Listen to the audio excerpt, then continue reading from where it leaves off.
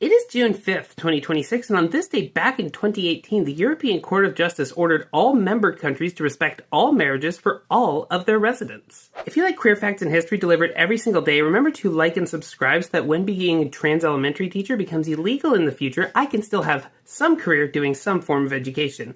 Now let's get into the story. The story begins in 2003 with the legalization of same-sex marriage in the country of Belgium. 7 years later, a Romanian man named Adrian Coman would take advantage of this and go there to marry his American partner Clay Hamilton. The two of them then decided to move back to Adrian's home country of Romania, except that they said that they couldn't grant a residency permit to Clay because, just like so many of our partners in freedom around the globe, Romania does not recognize same-sex marriages.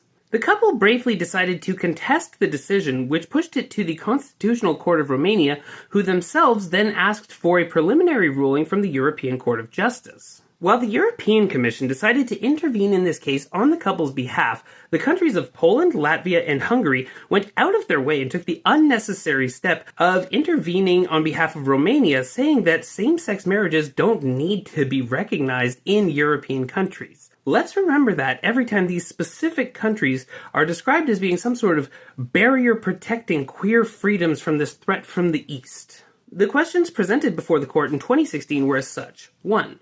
Do queer spouses really count as spouses? 2. Do member countries really have to recognize them as spouses? 3.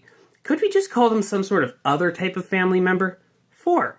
If they are recognized as some type of other family member, do we really have to let them stay, or can it just be like a temporary thing?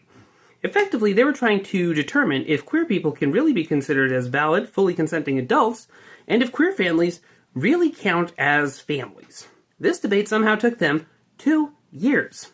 And after those 2 years, they came to the ruling that yes, member states of the EU need to recognize all marriages of their residents, as long as those marriages were concluded within an EU country. Effectively, you only really have to recognize gay marriage if it's gay European marriage. Gay foreign marriage, that's another debate for later.